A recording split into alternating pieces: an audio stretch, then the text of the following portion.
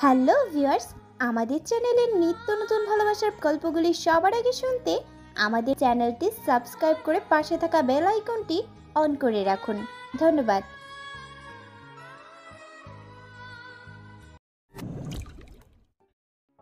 এইসব এলোমেলো ভাবনার মাঝেই সেদিন সঞ্চারী এসে দরজা খুলেছিল।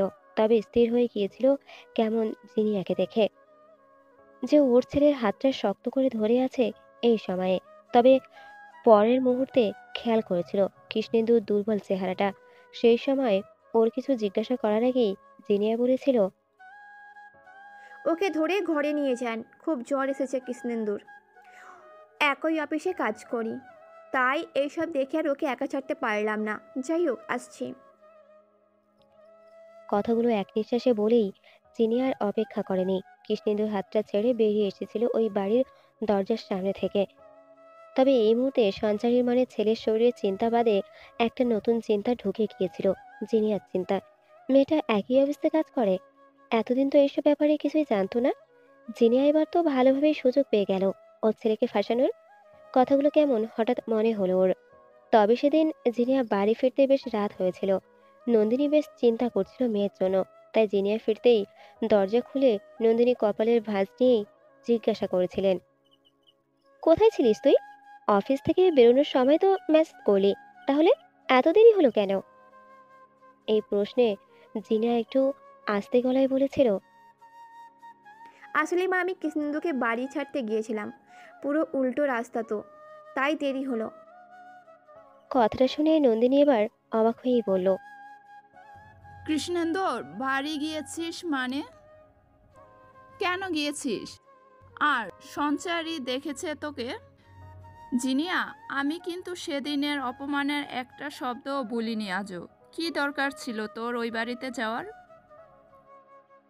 প্রশ্নগুলো এক নিঃশ্বাসে করেছিল নন্দিনী, কিন্তু জিনিয়া এবার শান্ত গলায় বলেছিল, মা, কৃষ্ণেন্দুর প্রচণ্ড জ্বর ছিল, সেই নিয়ে সারাদিন অফিসে কাজ করেছে। এরপর রাতে বাড়ি ফেরার সময় ওর ভীষণ মাথা ঘুরছিল, তাই আমি ওকে একা ছাড়তে পারিনি। কথাগুলো শুনে নন্দিনী আর ঠিক কিছু বলতে পারল না, চুপ করে বসে পড়ল সোফায়। জিনিয়া এবার ওর মায়ের কাছে গিয়ে হাতটা ধরে বলল, মা, আমি ওই বাড়িতে ঢুকিনি, কৃষ্ণেন্দুকে দরজা অবধি ছেড়ে চলে এসেছি। আর সেই অপমান আর কোনোদিন আমি তোমাকে ফেরত পেতে দেব না, বিশ্বাস করতে পারো আমাকে। কথাগুলো ভীষণ স্থির গলায় বলল জিনিয়া। তবে নন্দিনী এবার ওকে সোজাসুজি একটা অন্য কথা জিজ্ঞাসা করেই উঠল, তুই বিয়ে করতে রাজি হয়ে যা তাহলে। কৃষ্ণেন্দর জন্য তোর মনে তো আর কিছুই নেই। আর আমিও অনেক দিন ধরেই চাই তুই ভালোভাবে সেটেল হ কারোর সাথে। তুই বললে আমি ছেলে দেখা শুরু করব। কথাগুলো জিনিয়ার হাত ধরে বলল নন্দিনী। জিনিয়া এই মুহূর্তে বুঝলো মা ওকে পুরোপুরি বিশ্বাস করছে না কৃষ্ণের ব্যাপারে, তাই বিয়ের কথা বলছে। আর জিনিয়া এখন না বললে মায়ের মনে দুশ্চিন্তা আরো বাড়বে। তাই কিছুক্ষণ নিস্তব্ধ থেকে বলে উঠল, ঠিক আছে, তুমি ছেলে দেখো। আমার যদি কারোর সাথে চিন্তাধারা মিলে যায়, সব কিছু ঠিকঠাক থাকে, তাহলে আমি বিয়ে করব। কথাগুলো কেমন স্থিরভাবে বলল জিনিয়া, যদিও মনের মধ্যে একটা অদ্ভুত কষ্ট হচ্ছিল ওর। কারো থেকে দূরে সরে যাওয়াটা কষ্টের, কিন্তু সেই যন্ত্রণাকে সহ্য করেই জিনিয়া রাজি হলো বিয়ের জন্য। কিন্তু এরপরের দিন কৃষ্ণেন্দু একটু সুস্থ হতেই সঞ্চারী এসেছিল ছেলের কাছে। সঞ্চারী বেশ সোজাসুজি ভীষণ বিরক্ত হয়ে জিজ্ঞাসা করলো, জিনিয়া, তোর অফিসে কাজ করে আগে বলিসনি তো? কাল একেবারে বাড়ি অবধি এসে হাজির হয়েছে। তুই কি আবার বন্ধুত্ব শুরু করেছিস ওর সাথে? এই প্রশ্নগুলো শুনে কৃষ্ণেন্দু বেশ অবাক হয়ে বলল, বাড়ি এসে হাজির হয়েছে মানে? এভাবে কেন বলছো তুমি? আর জিনিয়া তো এই বাড়ির একজন। কতদিন ছিল ও আর কাকিমা এখানে? আর কালও আমায় হেল্প করেছে। ওরকম জ্বরের মধ্যে আমাকে একা ছাড়েনি। এই কথায় সঞ্চারী এবার সঙ্গে সঙ্গেই বেশ রেগেই বলে উঠল, থামবি তুই? ওরা বাড়ির লোক কেন হতে যাবে? আশ্রিত ছিল। তোর বাবার ভালো মানুষ হওয়ার সুযোগ নিয়ে থেকে গিয়েছিল এই বাড়িতে। আর আরেকটা কথা, তোর নিউ ইয়র্ক থেকে ফেরার কি ছিল? আমি তো সেটাই বুঝলাম না। অত ভালো চাকরি লাইফস্টাইল ছেড়ে তুই এলি কেন আবার এই দেশে? আর বাবার ব্যবসা তো জয়েন করলি না, বদলে ওই জিনিয়ার অফিসেই চাকরি করতে হচ্ছে। আর কোনো অফিস নেই কলকাতা শহরে? কথাগুলো কেমন অধৈর্য হয়ে বলেছিল সঞ্চারী। কিন্তু কৃষ্ণেন্দু কৃষ্ণেন্দু এবার অবাক হয়েই বলল, জিনিয়ার ব্যাপারে এইভাবে কি করে কথা বলছো তুমি মা? আর বাবা মন থেকে ওদের দায়িত্ব নিয়েছিল, কোনো দয়া করেনি কখনো। আর আরেকটা কথা, তুমি খুশি হওনি আমি দেশে ফিরেছি বলে? আমি তো ভাবলাম আমি তোমার আর বাবার কাছে থাকলে তোমরা খুশি হবে।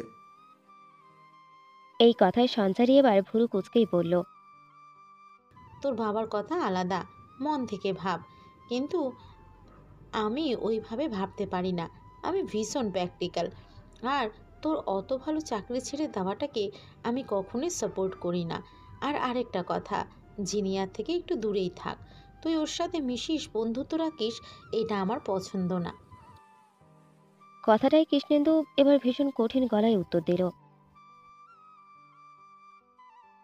আমি 5 বছরের বাচ্চা নই মা, যে তুমি বললে মিশবো আর তুমি না বললে মিশবো না। জিনিয়া আগেও আমার কাছে ইম্পর্টেন্ট ছিল, আর এখনও ভীষণ ইম্পর্টেন্ট, খুব দামি একটা মানুষ। আর এই নিয়ে আমি আর তোমার সাথে একটা কথা বলবো না।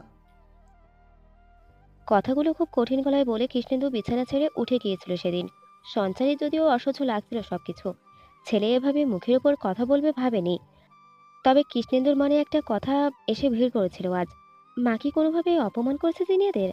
সেই জন্যই কি জিনিয়া ওর থেকে দূরে দূরে থাকে, এড়িয়ে চলে? এমনকি কাল বাড়ির দরজা দিয়ে সেও ভেতরে ঢুকলো না। এর মধ্যে কি কোনো কারণ আছে?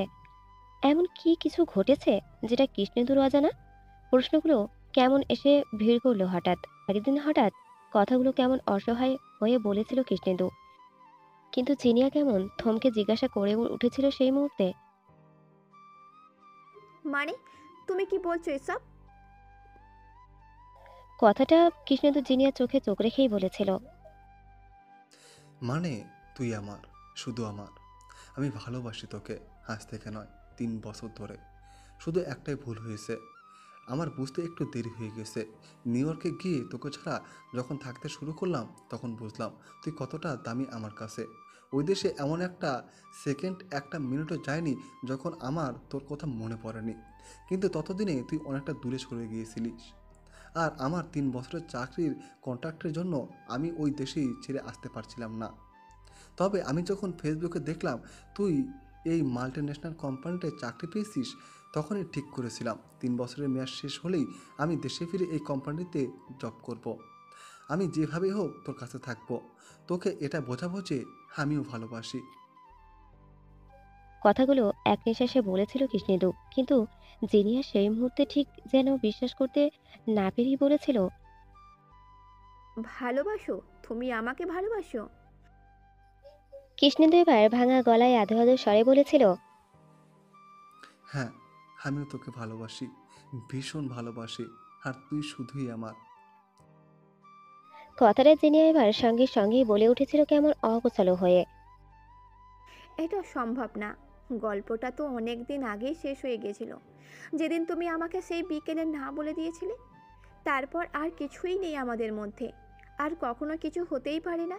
প্লিজ তুমি চাও, আমি তোমার সাথে এই নিয়ে আর কোনো কথা বলতে চাই না। প্লিজ যাও। কথাগুলো বলে জিনিয়া নিজের হাতটা জোর করেই ছাড়িয়ে নিয়েছিল কৃষ্ণেন্দুর কাছ থেকে। তারপর কেমন দিক বেদিক শূন্য হয়ে এগিয়ে এসেছিল রাস্তার মাঝে। আসলে পালাতে চাইছিল যেন সেই সময়টা থেকে, কৃষ্ণেন্দুর সামনে থেকে। তবে সেই সময় একটা গাড়ি ওর দিকে বেশ জোরেই এগিয়ে এসেছিল, কিন্তু জিনিয়া খেয়াল করেনি সেটা এত চিন্তার ভিড়ে। তবে কৃষ্ণেন্দু খেয়াল করেছিল, আর সঙ্গে সঙ্গেই দৌড়ে গিয়েছিল জিনিয়ার কাছে, আর ওকে আগলে সরিয়ে দিয়েছিল গাড়ির সামনে থেকে। তবে নিজেকে বাঁচাতে পারেনি ঠিক। গাড়িটা এসে কৃষ্ণেন্দুকেই ধাক্কা মেরেছিল ভীষণ জোরে করে, আর কৃষ্ণেন্দু ছিটকে পড়েছিল রাস্তার মাঝে।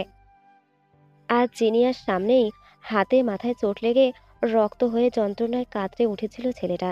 জিনিয়া সেসব দেখে যেন কেমন স্থির হয়ে গিয়েছিল কয়েক সেকেন্ড। তারপর দৌড়ে গিয়েছিল কৃষ্ণেন্দুর কাছে, ওকে মাটির থেকে তুলে ধরেছিল নিজের মধ্যে। তারপর ভেজা চোখে আঁকড়ে ধরেছিল ছেলেটিকে। কৃষ্ণেন্দু সেই সময় যন্ত্রণায় কেমন নিস্তেজ হয়ে গিয়েছিল যেন। তবে তার মধ্যে আধো আধো স্বরে জিজ্ঞাসা করে উঠেছিল,